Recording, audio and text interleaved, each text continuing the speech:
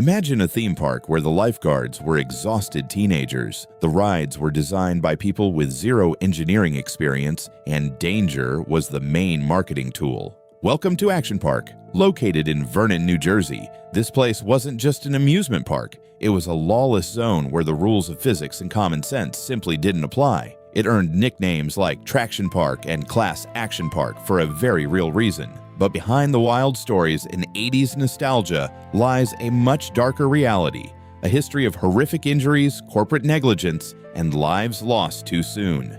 Today, on Insight Dark, we uncover the shadows behind the world's most dangerous playground.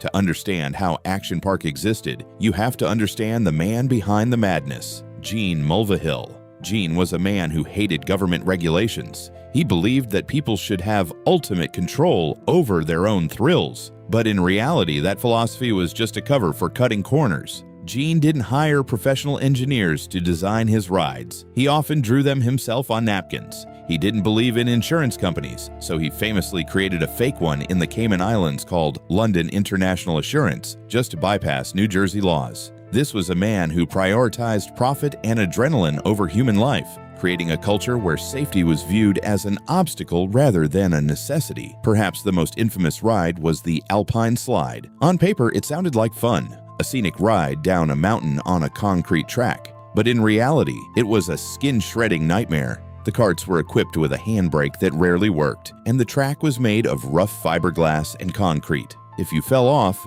and thousands did, it was like being thrown onto a giant cheese grater. In 1980, the park saw its first fatality here when a 19-year-old employee's cart jumped the track, leading to a tragic head injury. Despite this, the ride remained open for years, leaving behind a generation of kids with what they called Action Park scars.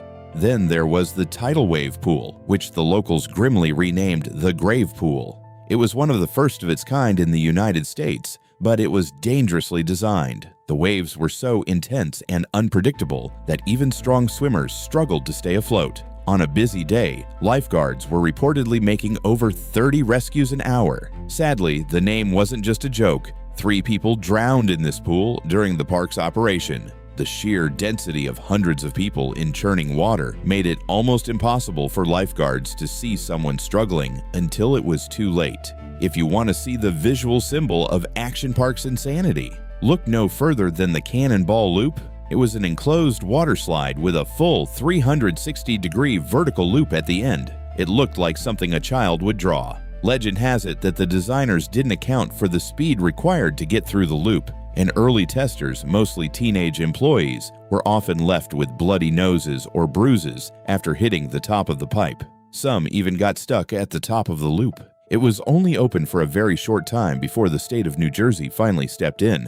but the image of that rusty, terrifying loop remains a testament to the park's disregard for human safety. Between 1978 and 1996, at least 6 people lost their lives at Action Park. From electrocutions to drownings and blunt force trauma, the list of tragedies grew longer every year. By the mid-90s, the mounting lawsuits and the discovery of Gene Mulvihill's fraudulent insurance schemes finally brought the empire down. Action Park closed its gates in 1996. Today, it stands as a symbol of a lawless era, a time when the thrill of the ride was only matched by the incompetence of the people running it. It's a reminder that when we ignore the shadows of truth for the sake of a quick thrill, the cost is often far too high. Action Park may be gone, but its stories live on in the scars and memories of those who survived it. If you enjoyed this deep dive into the darker side of history, make sure to hit that subscribe button for Insight Dark.